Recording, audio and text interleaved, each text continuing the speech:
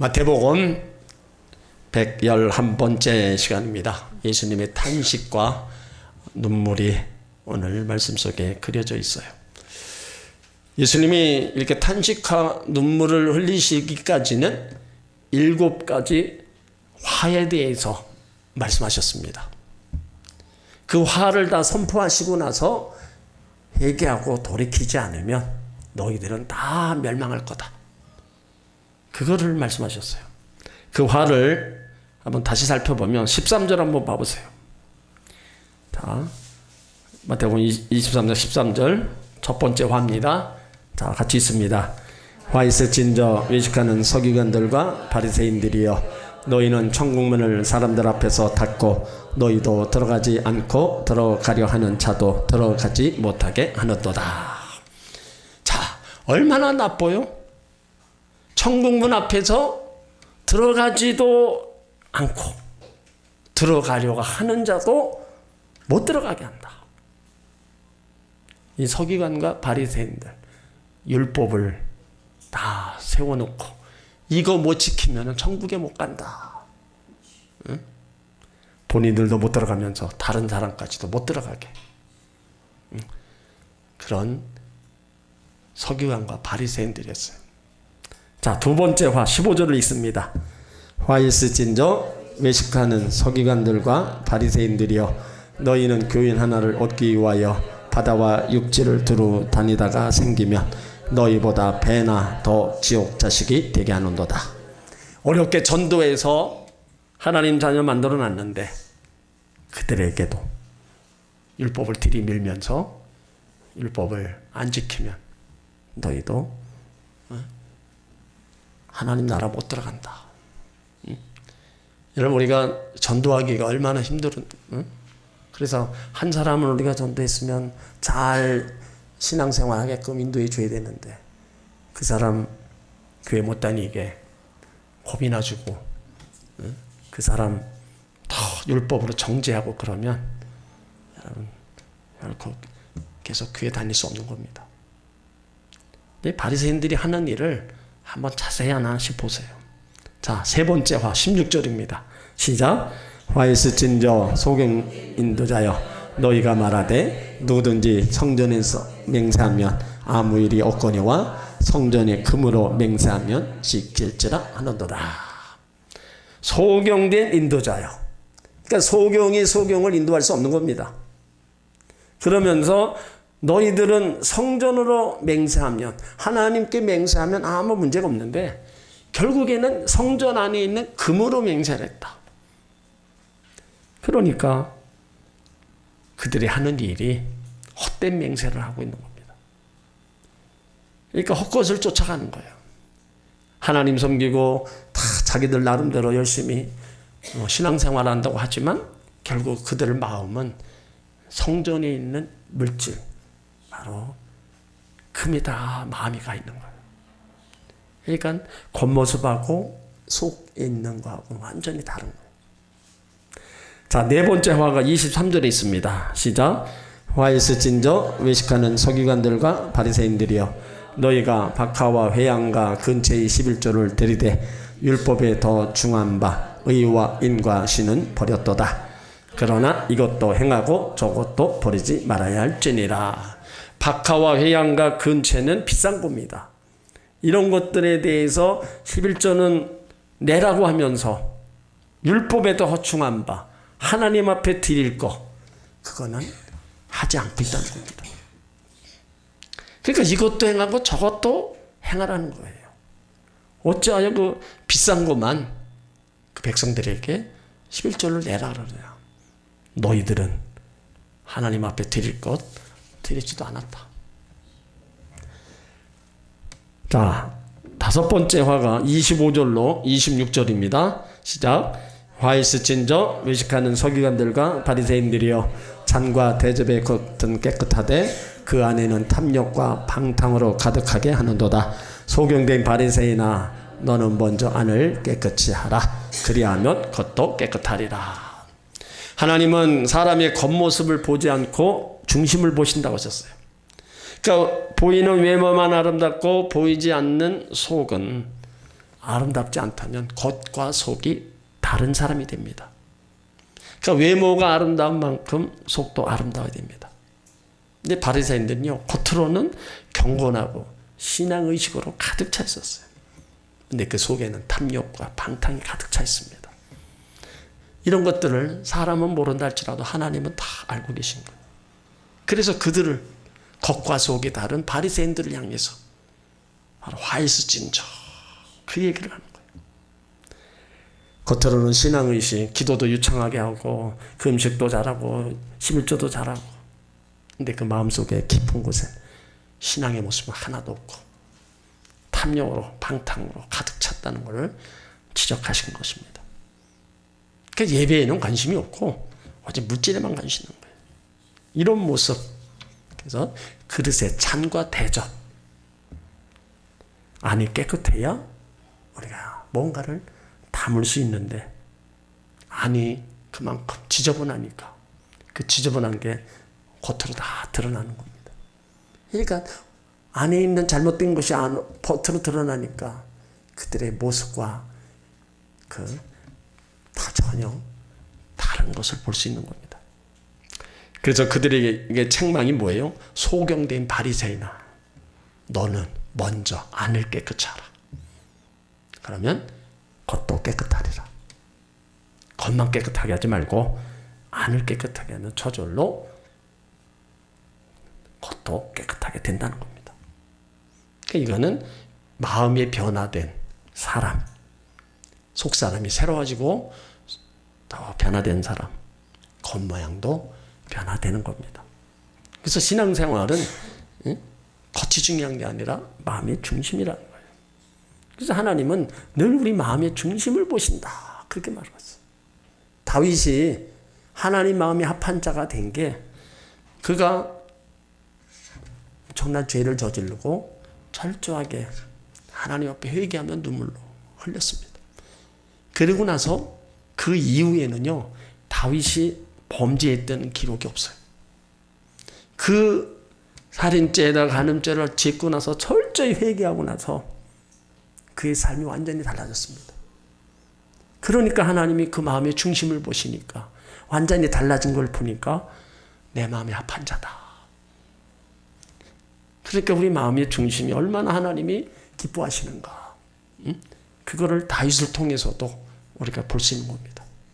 그런 잘못된 일을 했는데도 그거 묻지 않고 다 용서해 주시고 내 마음이 합한 자라. 대단한 거예요. 그러니까 우리 속사람이 얼마나 하나님이 또 귀중하게 보시는가를 우리는 알아야 됩니다. 자, 여섯 번째 화가 27절로 28절입니다.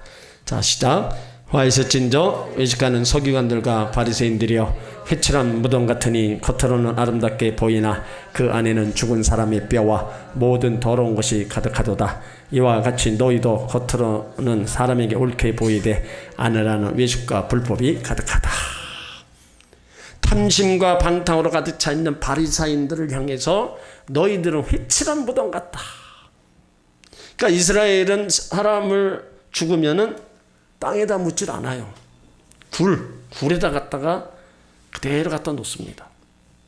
그리고 때로는 그 벽에다가 시체를 갖다 놓고 겉에서 회를 발라버려요. 그러니까 겉에서 보기 깨끗해요. 그 1년에 한 번씩 6월절에 거기다 회를 바르는 거예요. 근데 겉은 깨끗한데 그 안에는 뭐예요? 사람이 죽어서 썩어가는 그 냄새가 가득한 거예요. 그러니까 바리새인들을 향해서 회칠한 무덤에 비유한 거예요. 겉으로는 보기에 깨끗하고 경건한데 속으로는 냄새가 난다는 거예요. 그런 사람들에게 화일스진저 저주하신 겁니다. 그러니까 다섯 번째와 여섯 번째 이 화 속에는 그릇을 두고 말씀하시는데 결국은 우리 사람의 인격을 말씀하시는 거예요. 내 안에 마음이 의미하는 것이고 마음가짐, 성품을 지적하는 겁니다. 이게 겉으로 형식과 밖으로 나타내는 바로 이 행위, 이런 모든 것들이 내 안이라고 하는 것을 통해서, 내면에 있는 것을 통해서 다 드러난다는 거예요. 그래서 27절에 겉으로는 아름답게 보이나, 보이고자 하는 마음이 문제가 있음을 지적하십니다. 물론 우리는 다 겉으로 아름답게 보이기를 원합니다. 그런데 문제는 28절에 너희도 겉으로는 사람에게 옳게 보이되 안으로는 외식과 불법이 가득하다. 겉에 보이는 모습과 내 안의 모습이 이렇게 정반대가 돼서는 안 된다는 거예요. 그러니까 바리새인들, 서기관들에게 하는 이 말씀을 우리는 그들에게도 해당되지만 우리에게도 적용되는 것을 우리는 알아야 됩니다. 내가 하나님 보시기에 겉의 모습과 내 속의 모습이 혹시 다르게나 보시진 않을까? 우리 자신이 생각할 때도 내 겉모습과 내가 살아가는 모습이 다르진 않는가?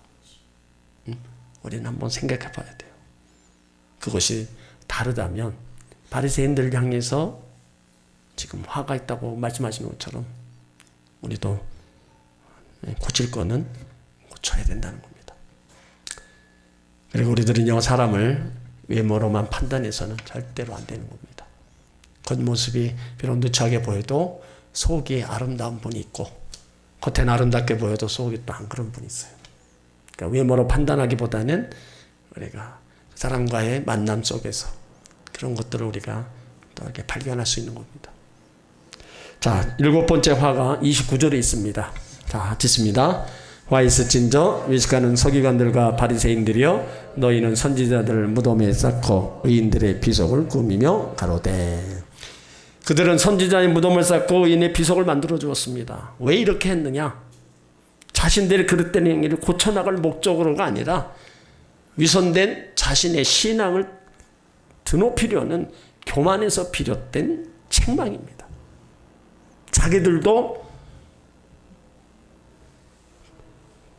의인의 비석을 꾸미고 자기들도 그렇게 만들고 싶은 거예요. 그러니까 어떻게 하면 높아지려고 하는, 인정받으려고 하는 그런 마음들이 가득 차 있었던 거예요. 그래서 선지자들의 무덤을 비유로 해서 그거를 얘기하는 겁니다. 자, 30절 31절 계속 있습니다. 만일 우리가 조상 때 있었다면 우리는 저희가 선지자의 피를 흘리는데 참여하지 아니하였으리라 하니 그러면 너희가 선지자를 죽인 자의 자손됨을 스스로 증거함이로다. 바리새인들은 자기 조상의 과거를 인정하면서도 현재 자기들의 같은 죄를 범하고 있음을 지적했습니다. 지금 예수 그리스도를 죽이는 일을 하고 있는 거예요. 자기들은 선지자들이 피 흘리는 데 있었지만 우리는 안 하겠다. 그러면 뭐예요? 자기 선지자들이 예수를 죽인 거, 그 선지자들을 죽인 것을 다 안다는 거예요. 아니까 나는 거기 참여하지 않겠다. 그렇게 얘기하는 겁니다. 그러니까 스스로, 본인들 스스로가 많은 선지자들을 자기 조상들이 죽인 것을 인정하는 겁니다. 그러면서 자기들은 아니라고 하면서 예수님을 죽이는 일에 자기들이 또 한몫하고 있는 거예요. 32절에 보면 너희가 너희 조상의 양을 채우라는 말씀이 있습니다. 이 말씀은 조상이 받아야 할 채찍을 너희가 받아야 된다는 저주입니다. 이제까지 조상들이 저질러온 죄악을 이어받아 더 많은 죄를 저질러 죄의 포화 상태까지 채워보라는 말입니다. 결국은 저주의 말씀입니다. 그들의 마지막 죄, 그것은 예수님을 죽이는 일입니다. 그러니까 그들의 그런 모습을 보니까 33절 뱀들아 독사의 새끼들아 너희가 어떻게 지옥의 판결을 피하겠느냐. 차, 얼마나 무서운 말이에요. 독사의 새끼들아. 물론 그것까지는 그래도 넘어간다 치더라도 그 다음 말이 뭐예요? 지옥의 판결을 피하겠느냐. 그게 더 무서운 겁니다. 서기관과 바리새인들에게 뱀과 독사의 새끼들을 격려한다. 이 타락하고 저주받은 자를 생정하는 겁니다. 마귀의 하수인을 취급하는 거예요. 너희들은 지옥불에 떨어질 수밖에 없다는 저주. 얼마나 무서운 저주입니까? 그러니까 예수님이 오죽하면 그러고 있어요. 그들이 하는 행동 하나하나가 정말 오죽하면. 예수님이 그렇게 사람들 함부로 미워하지 않으십니다. 근데 이들이 하는 행동은 정말 본인들만 그럴 뿐만 아니라 다른 사람들까지 자꾸 딴 길로 가게 만드니까. 그래서 더 화가 나신 것 같아요. 우리가 화가 난다고 이런 얘기 합니까? 응? 아무리 화가 나도 할 얘기가 있고 안 할 얘기가 있는 거예요. 옛날에 어머니들이 이거 찾고 저거 찾고 다 이러셨는데 요즘은 그렇게 욕하시는 분들 없는 것 같아요. 근데 또 그렇게 욕을 하시는 그런 배우에는 또 그렇게 그 욕을 듣고 살아오셔서 그래요. 그러니까 자기도 모르게 그냥 자식들을 향해서 많이 또 하지 말아야 될 얘기를 또 할 때도 있어요. 그렇지만 그것은 진정한 마음이 또 아닌 거를 또 자녀들은 알기에 또 이해도 하고 그러지만 요즘은 그렇게 아마 말 함부로 자녀들에게도 하는 부모님들 별로 없습니다. 아무튼 예수님의 이 말씀을 하시는 동기가 무엇인가를 우리는 분명히 알아야 됩니다.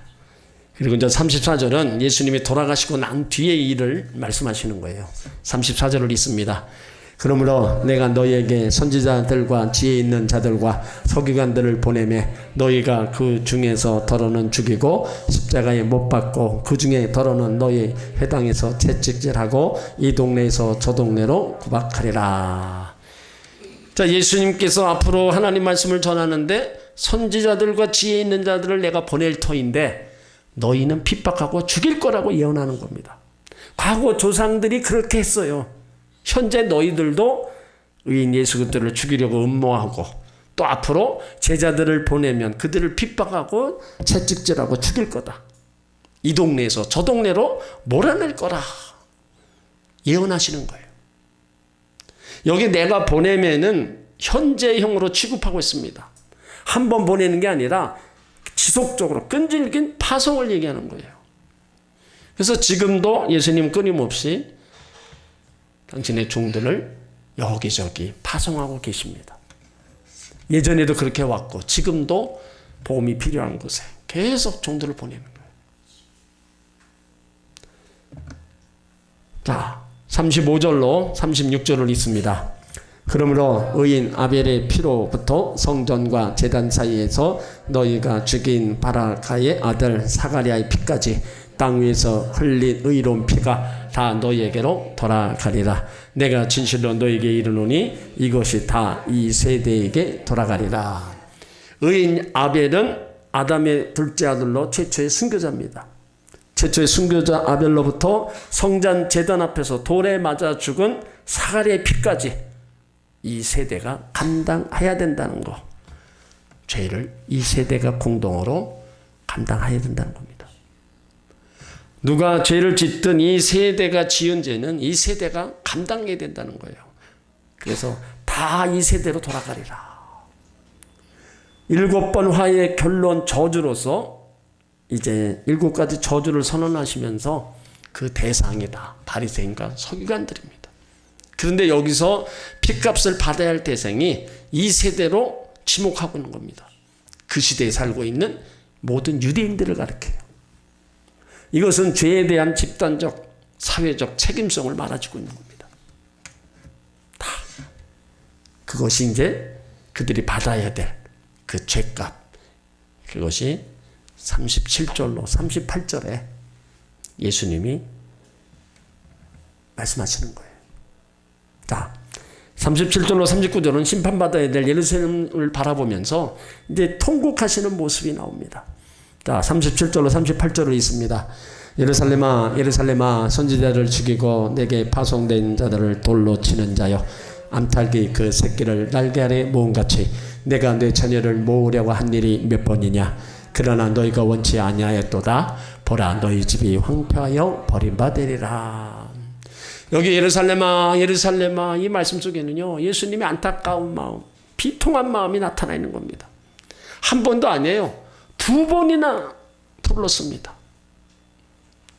자, 그러면 예수님께서 이 나라를 보실 때 안타까움을 가지실 것은 분명합니다. 대한민국아,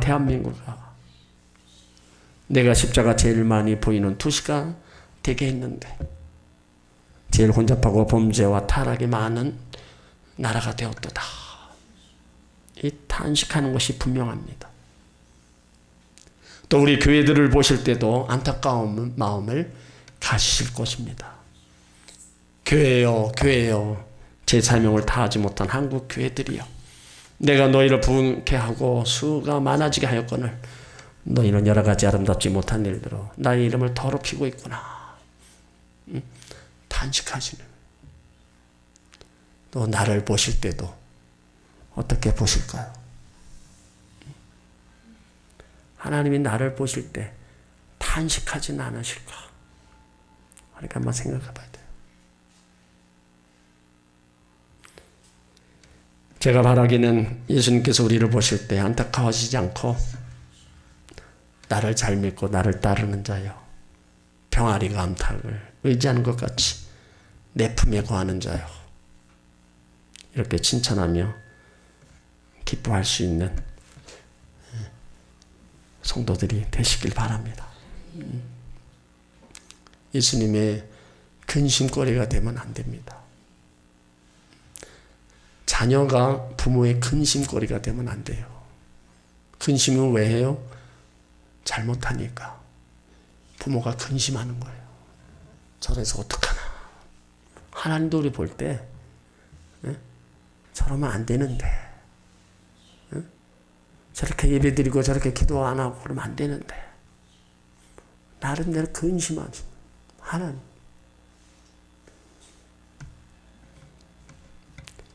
근심이 아니라 우리 하나님의 기쁨이 되고 우리는 보람이 되어야 됩니다. 여기 예루살렘은요, 거룩한 도시였습니다. 그런데 예수님을 죽인 반역의 도시가 되었어요. 그 결과 저주받은 도시가 되었습니다. 38절에 보면 보라 너희 집이 황폐하여 버림바 되리라. 이 말씀은 주 70년이 그대로 이루어집니다. 로마가 예루살렘을 함락시키고 마태복음 24장 1절로 2절에 보면 돌 위에 돌 하나도 남기지 않고 다 파괴되어 버립니다. 그러니까 예수님이 암탉의 그 새끼를 날개 아래 모은 같이 예루살렘 주민들을 보고 아래로, 하나님 보호 아래로 모으려고 했는데 모이지 않았습니다. 그 결과로 로마에 의해서 갈기갈기 찢어짐을 당합니다. 그래서 예수님은 바로 예수님을 죽인 그 핏값이 다 결국엔 예루살렘에 유대인들이 다 받게 된 겁니다. 빌라도가 예수님 재판할 때 아무리 보아도 십자가의 형을 받을 만한 죄목을 찾지 못했어요. 그런데 그 폭동들이 일어나는 것을 무서워하면서 예수님을 십자가에 내어줍니다. 그때 유대인들에게 한 말이 너희가 이 죄값을 받으라. 그러니까 유대인들은 예수님 죽인 죄값을 우리와 우리 자손에게 돌려달라. 엄청난 무서운 말을 한 겁니다. 그 말씀이 마태복음 27장 25절에 나와요. 백성이 대답하여 가로되 그 피를 우리와 우리 자손에게 돌릴지어다. 그 말이 무슨 뜻인지도 모르고 그냥 한 거예요. 결국에는 예수님을 죽인 죄값, 예루살렘이 무너졌는데 주 70년 로마 디도장군에 의해서 예루살렘이 함락됩니다.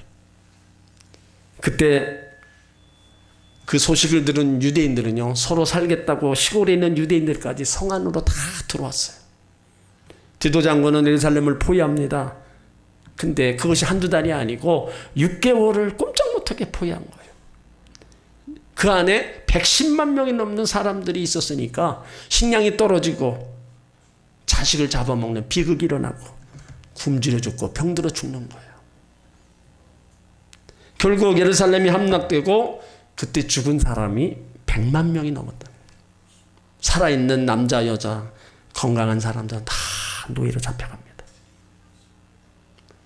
또 디도 장군은 예루살렘 성에 불을 놓고 파괴시켜버렸어요. 유대인들의 비극 그거로 끝난 게 아닙니다. 그 후 2000년 동안 나라를 잃고 세계를 떠돌아다니면서 유리한 민족으로 멸시받아 왔습니다. 2차 대전 때 독일의 히틀러에 의해서 600만 명이 학살됩니다. 왜 그렇게 됐어요? 예수님을 죽인 죄값을 무섭게 치른 겁니다. 그러니까 성경에 예수님 말씀하신 그대로 그들이 그대로 당했어요. 여러분 우리가 말을요, 그래서 잘하라고 하는 말이 하나님은 네가 말한 대로 내가 해주겠다 했기 때문에 말을 잘하라는 거예요. 그것이 결국엔 가서 심겨지고 거기서 자라서 열매를 맺는다는 거예요. 어떤 열매를 맺느냐, 내가 선한 말을 했느냐 악한 말을 했느냐, 그거에 따라서 맺히는 게 다르다는 거예요. 그러니까 일단 말은 잘하고 봐야 돼요. 그것이 나에게 그대로 돌아온다. 여기 예루살렘의 말씀 속에는요, 한 사람이라도 멸망하지 않고 구원받기를 원하시는 예수님의 심정이 나타나 있어요. 예수님은 7번이나 저주를 선포하셨습니다. 그리고 저주를 선포하고 나서 바로 또 예루살렘아 이 말씀하신 것을 보면 그들을 얼마나 사랑했는지, 이스라엘을 얼마나 사랑했는지, 바리새인 서기관들이 구원받기를 원하셨다는 것을 여기서 알 수 있는 겁니다. 그런데 이 외침은 눈물과 사랑의 호소를 그렇게 했는데도 그들은 듣지 않고 타락의 길로 가고 있습니다. 어찌 보면 죄악의 길을 가고 있는 자식을 향해 통곡하고 있는 어머니의 그 심정과 같은 겁니다. 이 자식아 소리를 지르는 것과 똑같은 겁니다. 여러분, 우리는 그런 부모의 마음을 우리는 다 알아야 되는 거예요. 하나님께 돌아오지 않는 타락한 자식, 결국 매를 맞고 공경에 빠졌을 때 가슴을 찢듯이 애통하는 어미와 같은 마음이 하나님 마음입니다. 자식을 향해서 부모님들이 생각하는 그 마음이 하나님이 우리를 향해서 생각하는 그 마음이라는 거예요. 그러니까 부모 마음을 안다면 하나님 마음도 알아야 됩니다. 누가복음 19장 41절에 예루살렘 성을 보시고 우시는 예수님의 모습이 나옵니다. 가까이 오사 성을 보시며 우셨다 그랬어요. 죄악으로 무너질 성을 보시고 눈물을 흘리신 겁니다. 이 눈물은 진정한 눈물입니다. 그 눈물은 가장 진실한 언어예요. 어거스틴의 어머니가 이런 말을 했습니다. 눈물에 어머니가 있으면 자녀는 망하지 않는다. 자녀를 위해서 눈물로 기도하는 어머니가 있으면 자녀는 망하지 않는다. 아일랜드 속담에 흐르는 눈물은 괴로우나 그보다 더 괴로운 것은 흐르지 않는 눈물이다. 예수님은 무너져 내린 성을 보고 우신 것처럼 우리도 멸망으로 향해 가는 불쌍한 영혼을 위해 눈물로 기도해야 됩니다. 그래도 이왕이면 부모가 있을 때 자녀들이 예수 믿고 함께 신앙생활하는 것을 좀 봐야 되지 않아요? 물론 후에 회개하고 돌아오는 경우도 있습니다. 자녀를 위해서 눈물로 그렇게 영혼권에서 기도해 놨을 때 후에 돌아오는 경우도 있어요. 그렇지만 이왕 올 거면 좀 더 부모가 있을 때 같이 와서 함께 신앙생활하는 그 모습을 보면 얼마나 더 좋겠어. 그래서 우리는 어머니 된 위치에서 그 일을 우리가 놓으면 안 되는 겁니다. 오늘 선지자들을 죽이고 내게 파송된 자들을 돌로 치는 자요.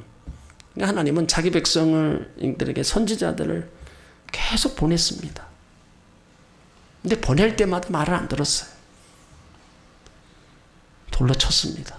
그래도 하나님은 포기하지 않으셨어요. 암탉이 그 새끼를 알게 하려 모음같이 내가 너희 자녀를 모으려고 한 일이 몇 번이냐? 여기 몇 번이냐? 하나님의 사랑을 보는 겁니다. 하나님의 인내를 보는 거예요. 그런데도 안 오는 거예요. 자녀들에게 카카 얘기를 했는데도 말을 안 듣는 거예요. 그럼 어떡하겠어요? 그렇게도 안 오니까 결국에는 다 심판받을 수밖에 없는 겁니다.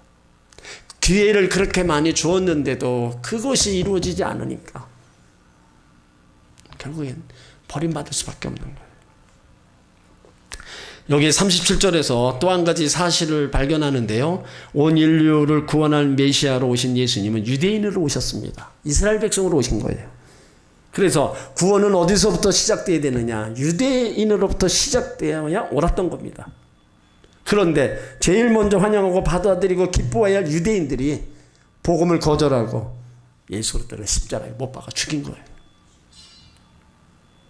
그렇게 자기들이 택한 민족이라고 자부하면서도 예수 그리스도를 하나님의 아들로 인정도 안 하고 메시아로 인정도 안 하고 지금까지 기다리고 있는 그들, 안타까움이 우리가 이루 말할 수 없는 겁니다. 그러면서 하시는 말씀이 39절입니다. 39절이 있습니다. 내가 너희에게 이르노니 이제부터 너희는 찬송하리로다. 주의 이름으로 오시는 이여 할 때까지 나를 보지 못하리라 하시니라. 복음운동이 예루살렘에 시작되어 로마, 유럽, 미국, 한국을 거쳐 지금 왔고 지금 다시 회교권, 마지막으로 유대권, 팔레스타인의 이제 성령 역사가 쭉 돌아서 그 복음이 다시 예루살렘으로 갈 겁니다. 그때 예수님이 오신다. 다들 말하고 있어요.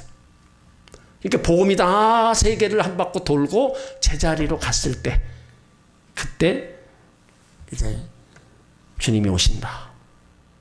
그래서 여기 찬송하리로다 주의 이름으로 오시느니요.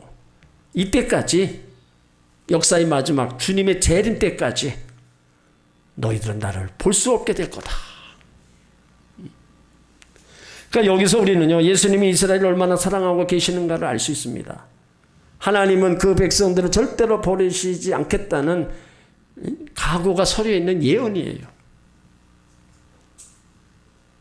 로마서 11장에도 그러므로 내가 말하노니 하나님이 자기 백성을 버리셨느냐? 그럴 수 없느니라. 로마서 10장에도 사도 바울이 이스라엘의 불순종함으로 구원의 복음이 이방인으로 퍼져갔음을 말했습니다. 이스라엘이 스스로 하나님 주신 특권 포기함으로 말미암아 그 은혜가 이방인에게 넘어갔다는 걸 가르쳤어요. 그러면 하나님이 이스라엘 백성들을 버리시겠느냐? 아니냐? 버리냐 아니냐? 이 가상의 질문을 만들어 놓고 거기에 대해서 답하는 형식을 전하고 있느냐? 그러니까 하나님이 자기 백성을 버리셨느냐 묻자 그럴 수 없느니라. 그렇다면 회개하고 각성하라는 메시지입니다. 지금도 회개하고 오면 그 백성 버리지 않고 다 주의 백성 삼아 주신다는 거예요. 근데 그때도 회개하지 않고 안 돌아오면 그때는 심판할 수밖에 없는 거죠. 예레미야 5장 1절에도 너희는 예루살렘 거리로 빨리 왕래하며 그 넓은 거리에서 찾아보고 알라. 너희가 만일 공의를 행하며 진리를 구하는 자를 한 사람이라도 찾으면 내가 이 성을 사하리라. 하나님께서는 자기 백성을 절대로 버리지 않으십니다. 시편 27편 10절에도 내 부모는 나를 버렸으나 여호와는 나를 영접하신다. 절대로 버리시는 분이 아니에요. 그러면 버리시진 않는데 왜 버림을 당해요? 회개하고 돌아오지 않으니까 버림을 당하는 거예요. 그러니까 지금도 마지막까지 회개하고 돌아오기를 기다리고 계시는 겁니다. 그러니까 우리가 할 일은 내 자녀가 마지막 순간에도 회개하고 돌아오는 그때가 있기를 기도해야 된다는 거예요. 그때까지도 지나가면은 이제는 영원히 돌아오지 못하는 겁니다. 항상 문은 열려 있어요. 그렇죠. 구원의 문은 열려 있는데 그 구원의 문이 닫히기 전에 들어와야 되는 거예요. 그게 닫히고 나면 심판의 시대가 도래하면 그때는 아무리 와서 회개를 한들 받아주지 않는 겁니다. 그만큼 하나님이 인내하고 계시면서 끝까지 참고 기다리시는 거예요. 복음이 시작돼서 한 바퀴 다 돌고 다시 예루살렘에 복음이 왔는데도 그때도 회개하고 돌아오지 않으면 어떻게 하겠어요? 그들은 다 심판을 받고 멸망을 당할 수밖에 없는 거예요. 그래서 오늘 39절에 말씀하신 게요. 주님이 예루살렘에 올 때까지 다시 돌아서 여기서 올 때까지 너희들은 나를 보지 못한다. 그러면 그때 돌아오면 예수님이 왔을 때 그들이 회개하고 예수님 영접하고 나가면 그들에게도 구원의 은총이 주어진다는 거예요. 오늘 우리는 37절에 있는 말씀을 우리는 새겨 들어야 됩니다. 암탉이 그 새끼를 날개 아래 모은 같이 내가 내 자녀를 모으려고 한 일이 몇 번이냐. 그러나 너희가 원치 않았다. 이게 예수님 마음이에요. 어찌 보면 부모 마음도 마찬가지예요. 내 자녀들 예수 믿게 하려고 몇 번이나 얘기했느냐. 그러니 너희들이 원치 않았다. 너희들이 원치 않으면 결국에는 뭐예요? 너희 집이 황폐하여 버림받으리라. 응? 예수님이 십자가 지시기 전에 이렇게 한 가지 한 가지 다 우리가 신앙생활을 하면서 지켜야 될 거, 행해야 될 걸 다 말씀하셨어요. 그러면 우리는 하나님의 자녀이기 때문에 예수님 말씀하신 것들을 우리는 깨달아 알고 그걸 하나하나 우리는 실천하며 살아야 됩니다. 하나님이 그만큼 우리를 사랑하심을 우리는 성경을 통해서 우리는 볼 수 있어요. 더욱이 끝까지 인내하며 사랑하시는 하나님 사랑, 예수님의 모습. 우리는 구원받은 하나님의 백성으로서 이제 믿지 않는 자녀들, 가족들 그냥 내버려두면 안 됩니다. 하나님이 이렇게까지 기다리고 계시고 이렇게까지 생각하고 계시는데 그냥 내버려둔다면 그건 우리가 그 뜻을 이뤄나가지 못하는 겁니다. 우리도 열심을 다해서 주님을 따라가야 되고 우리도 주님을 모르는 자들을 또 주께로 인도하는 그런 아름다운 모습이 우리 가운데 있을 때 하나님이 주시는 은혜와 복과 평강이 더 넘쳐날 줄 믿습니다. 아멘.